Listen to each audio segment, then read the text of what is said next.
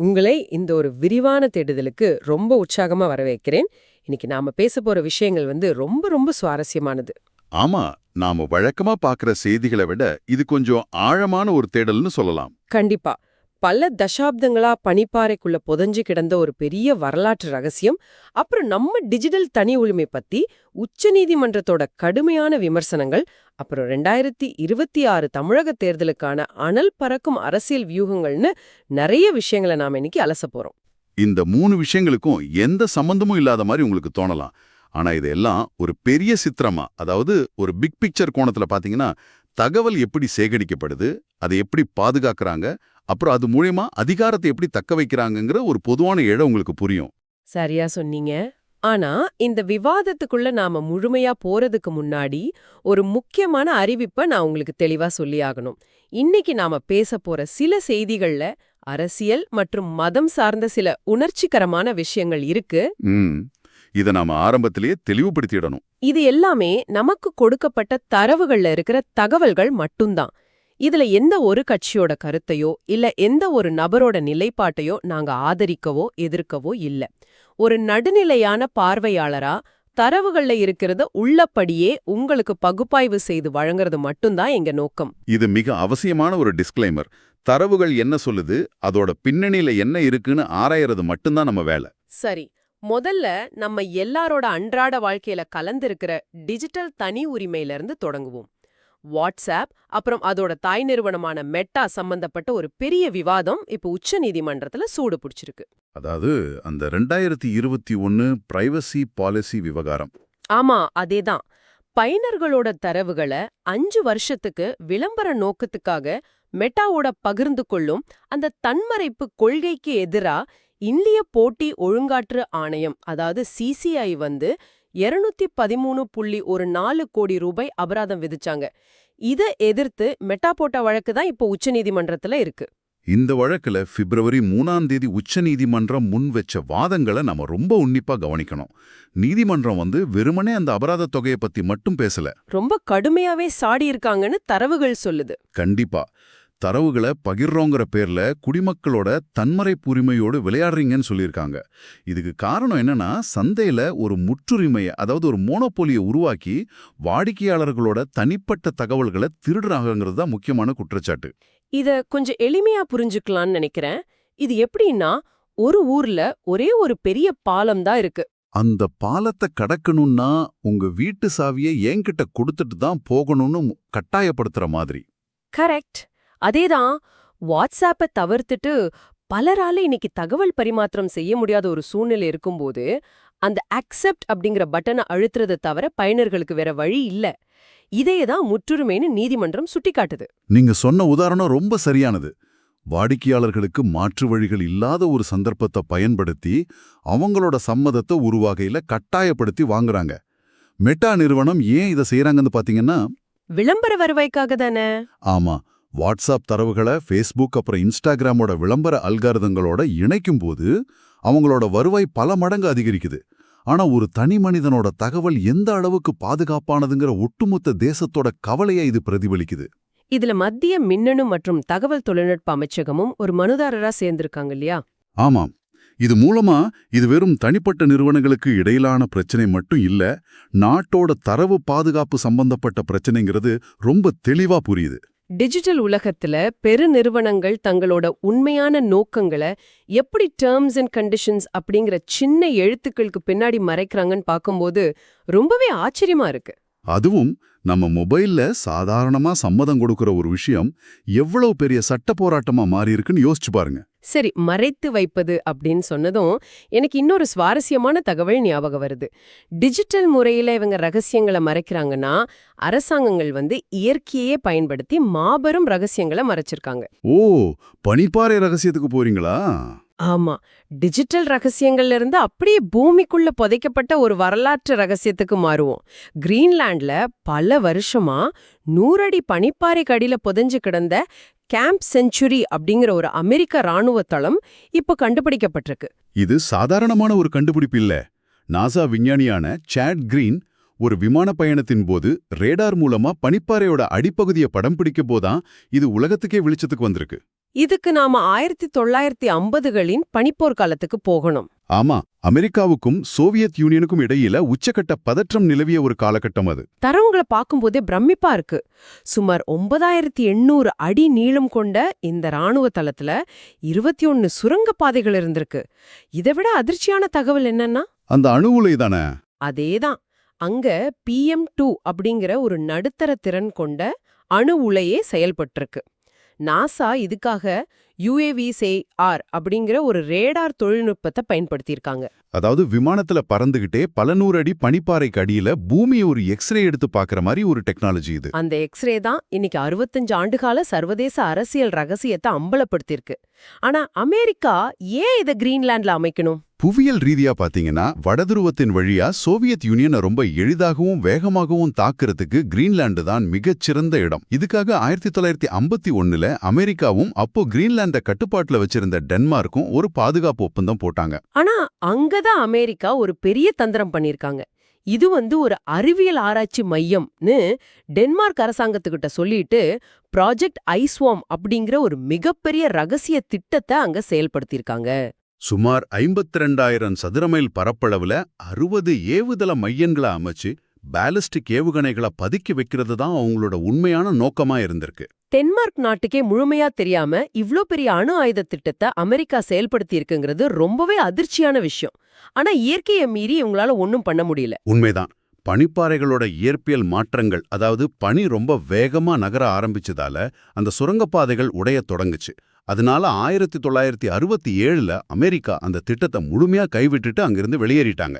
ரகசியங்கள் எவ்வளவு ஆழமா புதைக்கப்பட்டாலும் என்றோ ஒரு நாள் அது தோண்டி எடுக்கப்படும் என்பதற்கு இது ஒரு மிகச்சிறந்த பாடம்னு சொல்லலாம். ஒரு ஹாலிவுட் உளவு படம் பார்க்குற மாதிரியே இருக்கு. ஆமா, ஆனா இப்ப நாம இந்த பனிப்பாறை ரகசியங்கள்ல இருந்து கொஞ்சம் வெளியில வந்து வெளிப்படையான சில விஷயங்களை பத்தி பேசுவோம். கண்டிப்பா. உலகளாவிய விவகாரங்கள்ல இருந்து மறுபடியும் நம்ம இந்தியாவுக்கே வருவோம்.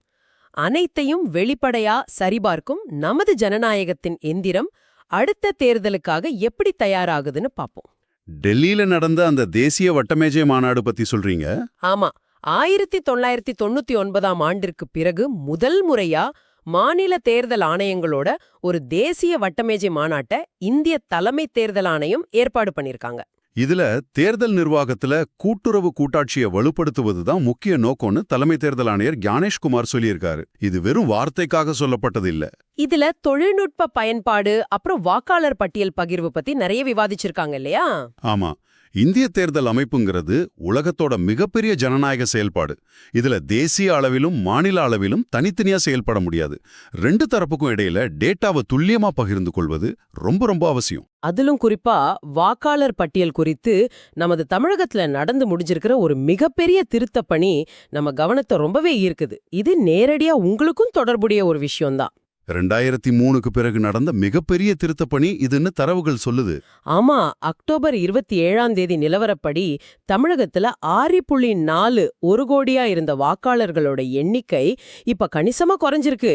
சுமார் 97.37 லட்சம் பேர்கள் அதிரடியா நீக்கப்பட்டிருக்கு. இந்த 97 லட்சம் அப்படிங்கிற நம்பரை பார்த்து நாம ஆச்சரியப்படலாம். ஆனா இதை ஏன் செஞ்சாங்கன்னு நம்ம பகுப்பாய்வு செய்யறது ரொம்ப முக்கியம். அதுல இறந்தவங்க குடிபெயர்ந்தவங்கன்னு பிரிச்சிருக்காங்க. சரியா சொன்னீங்க. இறந்தவர்கள் 26.95 லட்சம் பேர், அப்புறம் குடிபெயர்ந்தவங்க சுமார் 66.44 லட்சம் பேர், இரட்டை பதிவு கொண்டவங்க ஒரு 3.98 லட்சம் பேர்னு டேட்டா ரொம்ப தெளிவா இருக்கு. நிறைய தொகுதிகள்ல வெற்றி தோல்வி வெறும் சில 100 வாக்குகள்ல முடிவாகும் போது இப்படி போலியான பதிவுகளை நீக்குவது தேர்தல் முடிவுகளையே மாத்தக்கூடிய ஒரு விஷயம்.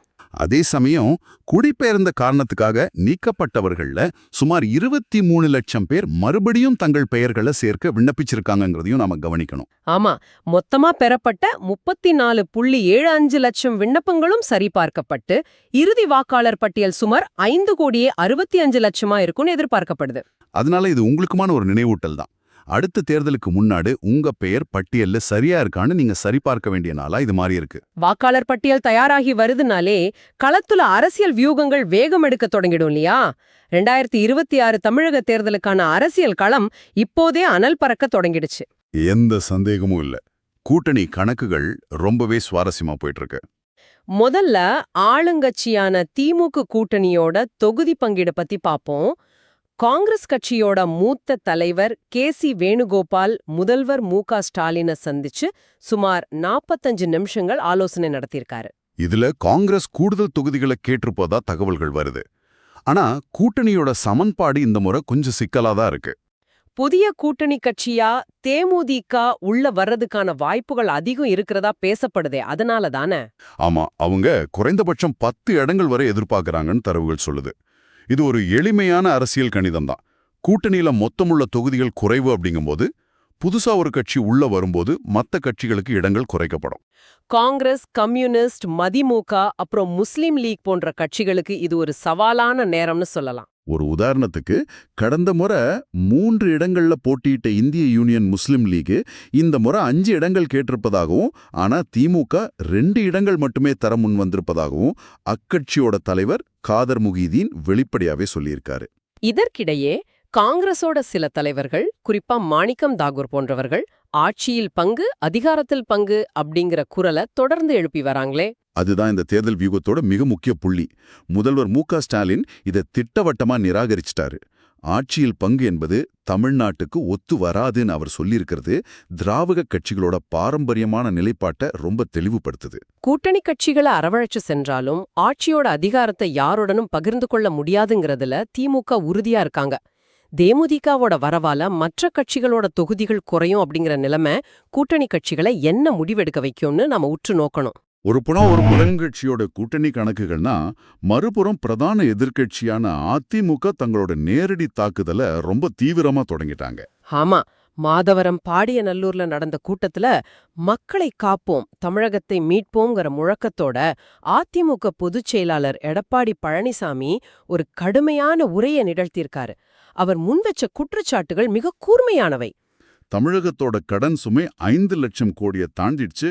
அப்புறம் ஸ்டாலின் அறக்கட்டளைங்கிற பெயர்ல 8000 கோடி ரூபாய் பணம் இருக்கிறதா சொல்லி அதற்கான ஆதாரம் எங்கேன்னு அவர் கேள்வி எழுப்பியிருக்காரு. எடப்பாடி பழனிசாமியோட இந்த வியூகத்தை நாம கொஞ்சம் ஆழமா பார்க்கணும். அவர் வெறும் குற்றச்சாட்டுகளை மட்டும் முன்வைக்கல. ஆமா, திமுகவோட நிறைவேற்றப்படாத வாக்குறுதிகளை பட்டியலிட்டு அதுக்கு மாற்றாதான் என்ன செய்ய போறோன்னு ஒரு பெரும் வாக்குறுதி பட்டியலையே வாசிச்சிருக்காரு.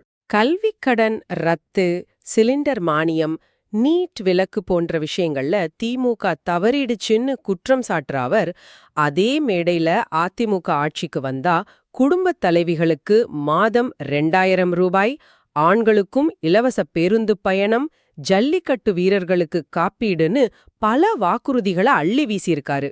அதாவது திமுகவோட நலத்திட்ட மாடலை அதைவிட பெரிய நலத்திட்டங்களை அறிவிச்சு முறியடிக்க அதிமுக நினைக்கிறது ரொம்ப தெளிவா புரியுது. அரசியல் இப்படி தீவிரமா போயிட்டு இருக்கும் பொழுது சர்ச்சைகளுக்கும் பஞ்சம் இருக்காது. கேரளாவுல சிபிஐஎம்மோட மாணவர் அமைப்பான SFI நடத்தின ஒரு மாட்டிறைச்சி விழா மிகப்பெரிய அரசியல் விவாதமா மாறியிருக்கு. கேரளா ஸ்டோரி 2 திரைப்படத்தோட ட்ரெய்லர்ல இருக்கிற ஒரு காட்சிக்கு எதிர்ப்பு தெரிவிச்சிருந்த விழா நடத்தப்பட்டுச்சு. ஆனா இதுல ரொம்ப கவனிக்கத்தக்க அரசியல் நுண்ணறிவு என்னன்னா, முஸ்லிம் லீக் கட்சியோட மாநில பொதுச் செயலாளர் PMA சலாம் இத கடுமையா எதிர்த்தது தானே. சரியா பிடிச்சிங்க. ஒரு இடதுசாரி அமைப்பு சிறுபான்மையினருக்காக போராடும்போது சிறுபான்மை சமூகத்தை பிரதிநிதிக்கும் ஒரு கட்சி அதை ஏன் எதிர்க்கணும்? அவர் முன்வைக்கிற வாதம் ரொம்ப தர்க்க ரீதியானதுன்னு தரவுகள் சொல்லுது. மாட்டிறைச்சிக்கும் முஸ்லிம்களுக்கும் என்ன தொடர்புன்னு அவர் கேள்வி எழுப்புறாரு. ஆமா, இந்தியாவில் இருக்கிற மிகப்பெரிய மாட்டிறைச்சி ஏற்றுமதியாளர்கள்ல பலரும் வலதுசாரி அமைப்புகளை சேர்ந்தவங்க தான் அப்படிங்கிறதையும் அவர் சுட்டிக்காட்டுறாங்க. அப்படியென்றால் SFIயோட இந்த போராட்டத்தை முஸ்லிம் லீக் ஒரு அரசியல் தந்திரமா பாக்குறாங்களா? நிச்சயமா இதை ஒரு மலிவான அரசியல் தந்திரம்னா அவர் சாடியிருக்காரு. இது போன்ற மாட்டிறைச்சி விழாக்கள் பெரும்பான்மை இந்துக்களோட உணர்வுகளை புண்படுத்தும். அப்புறம் இது முடிவில் மறைமுகமா பாஜக போன்ற வலதுசாரி கட்சிகளுக்கே சாதகமா முடியும்னு அவர் கணிக்கிறாரு. சிறுபான்மை வாக்காளர்கள் இப்ப வெறும் உணர்ச்சிகரமான போராட்டங்களை நம்புவதில்ல, அவங்களுக்கு பாதுகாப்பான ஒரு நடைமுறை அரசியலை தான் விரும்புறாங்கங்கிறத இந்த நிலைப்பாட்டு காட்டுது. உணர்ச்சிகரமான அரசியலை தாண்டி ஒரு முதிர்ச்சியான அரசியல் பார்வையை இது வெளிப்படுத்துது. சரி, திமுக, அதிமுக அப்புறம் அரசியல் சர்ச்சைகள்னு பழைய களத்தை பார்த்தோம். ஆனா 2026 சட்டமன்ற தேர்தல்ல ஒரு முற்றிலும் புதிய சக்தி களமிறங்குது இல்லையா? நடிகர் விஜயோட தமிழக வெற்றிக் கழகம் பத்தி சொல்றீங்க? ஆமா, தவக தங்களோட நிர்வாகிகளை சந்திக்கிற மாபெரும் கூட்டத்தை வேலூர் மாவட்டம் அகரம்சேரியில நடத்துறாங்க. இதற்கான ஏற்பாடுகளை பார்க்கும்போது ஏதோ ஒரு பிரம்மாண்டமான கார்ப்பரேட் நிறுவனத்தோட மாநாடு மாதிரி இருக்கு. அந்த பிரம்மாண்டத்தின் பின்னாடி இருக்கிற தொழில்நுட்பம் மற்றும் கட்டமைப்பு தயார் நிலையத்தான் நாம கவனிக்கணும். 33 ஏக்கர் நிலப்பரப்பு, 84,000 சதுர அடியில் பிரம்மாண்ட பந்தல், இதையெல்லாம் தாண்டி வெறும் 4,900 பேருக்கு மட்டும்தான் அனுமதி கொடுக்கப்பட்டிருக்கு. அதுவும் எல்லாருக்கும் QR கோடு இருக்கிற அடையாள அட்டை கட்டாயமாக்கப்பட்டிருக்கு. இது எதை காட்டுதுன்னா, பாரம்பரியமான திராவிட கட்சிகள் போல திறந்தவெளி மாநாடுகளை நடத்தாம ஒவ்வொரு தொண்டரோட தரவுகளையும் டிஜிட்டல் முறையில சேகரிச்சு ஒரு மிக துல்லியமான கார்ப்பரேட் பாணி அரசியல் கட்டமைப்பை விஜய் உருவாக்குறாருங்கிறத இது உணர்த்துது. இது ஒரு டெக் ஸ்டார்ட் அப் நிறுவனம் பாரம்பரியமான ஒரு தொழிலுக்குள்ள நுழைஞ்ச சவால் விடுற மாதிரி இருக்கு. இதைவிட முக்கியமான விஷயம், வடசென்னை வியாசர்பாடியில நடந்த தவக செயல் வீரர்கள் கூட்டத்தில நிறைவேற்றப்பட்ட தீர்மானம். பெரம்பூர் தொகுதியில விஜய் போட்டியிடணும்னு வலியுறுத்தப்பட்டிருக்கிற அந்த தீர்மானம். ஆமா, வடசென்னை மீது தவறான கண்ணோட்டத்தை திமுக உருவாக்கி வச்சிருக்கு. வடசென்னைய வளர்ச்சி பாதைக்கு விஜய் அழைத்து செல்வாருன்னு கட்சியோட பொதுச் செயலாளர் ஆதவ அர்ஜுனா பேசியிருக்காரு. இது திமுகவோட கோட்டையான வடசென்னையிலேயே அவங்களுக்கு நேரடியா விடப்படும் சவால் இல்லையா? மிக சரியான கணிப்பு. இதோட உயர்மட்ட நிர்வாக குழு தலைமை ஒருங்கிணைப்பாளர் KS செங்கோட்டையன் சொன்ன ஒரு வார்த்தையும் நம்ம நினைச்சு பார்க்கணும். தமிழகத்தின் 234 சட்டமன்ற தொகுதிகளுக்கும் விஜய் தான் வேட்பாளர் அப்படிங்கிற அந்த வார்த்தை தானே. அதேதான்.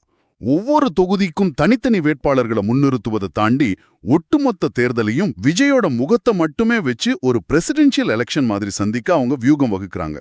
திமுகவோட ஆழமான கட்டமைப்பு, அதிமுகவோட தீவிரமான பிரச்சாரம்னு இருந்த களம் இப்ப தவேகாவோட டிஜிட்டல் மற்றும் கார்ப்பரேட் பாணி வருகையால முற்றிலும் ஒரு மும்முனை போட்டியா மாறியிருக்கு. 2026 அரசியல் களம் பல ஆச்சரியங்களை நமக்காக காத்திருக்குங்கிறது மட்டும் மிக தெளிவா புரியுது. நாம இன்றைய இந்த விரிவான தேடலோட இறுதிக்கு வந்துட்டோம். மெட்டா நிறுவனத்தோட தரவு முற்றுரிமை குறித்த உச்சநீதிமன்றத்தின் பார்வை, பனிப்பாறைக்குள்ள 65 ஆண்டுகள் உறைந்து கிடந்த கேம்ப் செஞ்சுரியன் இராணுவ ரகசியங்கள், தேர்தல் ஆணையத்தோட வாக்காளர் பட்டியல் சுத்திகரிப்பு, அப்புறம் 2026 தமிழக தேர்தல் களத்துல திமுகவோட கூட்டணி கணக்குகள், அதிமுகவோட கவர்ச்சி வாக்குறுதிகள், மாட்டிறைச்சி விழா தொடர்பான அரசியல் நுண்ணறிவு, தவகவோட பிரம்மாண்ட அரசியல் மாடல்னு பல தரப்பட்ட தகவல்களை நாம இன்னைக்கு ஆழமா பகுப்பாய்வு பண்ணிருக்கோம். விடை பெறுவதற்கு முன்னாடி நீங்க சிந்திச்சு பார்க்க ஒரு முக்கியமான கேள்வி நான் விட்டுட்டு செல்ல விரும்புறேன். கிரீன்லாந்துல 60 ஆண்டுகளுக்கும் மேலாக பனிப்பாறைக்குள்ள புதைக்கப்பட்டிருந்த அந்த அணு உலை ரகசியங்களை இன்னைக்கு ஒரு ரேடார் தொழில்நுட்பம் வெளிச்சத்துக்கு கொண்டு வந்து உலகத்தையும் ஆச்சரியப்படுச்சுச்சு இல்லையா? ஆமா. அதே போல இன்னைக்கு நாம வாழும் டிஜிட்டல் யுகத்துல பெரு நிறுவனங்கள் சேகரிக்கிற நமது தனிப்பட்ட தரவுகளும் 2026 அரசியல் வியூகங்களுக்கு பின்னாடி நடக்கிற ரகசிய ஒப்பந்தங்களும் என்றோ ஒரு நாள், இன்னும் சில தசாப்தங்கள் கழித்து எதிர்கால சந்ததியினரால் தோண்டி எடுக்கப்படும். அப்படி தோண்டி எடுக்கப்படும் அந்த தரவுகள் நம்முடைய காலகட்டத்தின் எத்தகைய உண்மைகளை உலகுக்கு உணர்த்துங்கிறத சற்று சிந்திச்சு பாருங்க. எந்த ரகசியமும் நிரந்தரமா உறங்குவதில்லை. சிந்தனையை தூண்டும் ஒரு அருமையான கேள்வி. தரவுகளுக்கு பின்னாடி இருக்கிற இந்த மிகப்பெரிய உலகத்தை உங்களுடன் கூட சேர்ந்து அலசியது மிக சிறந்த அனுபவமா இருந்துச்சு. இந்த சுவாரஸ்யமான தேடல்ல எங்களுடன் பயணித்ததற்கு மிக்க நன்றி. மீண்டும் ஒரு ஆழமான விவாதத்தில் உங்களை சந்திக்கிறோம். அதுவரை கேள்வி கேளுங்கள், தேடிக்கொண்டே இருங்கள். நன்றி, விடை பெறுகிறோம்.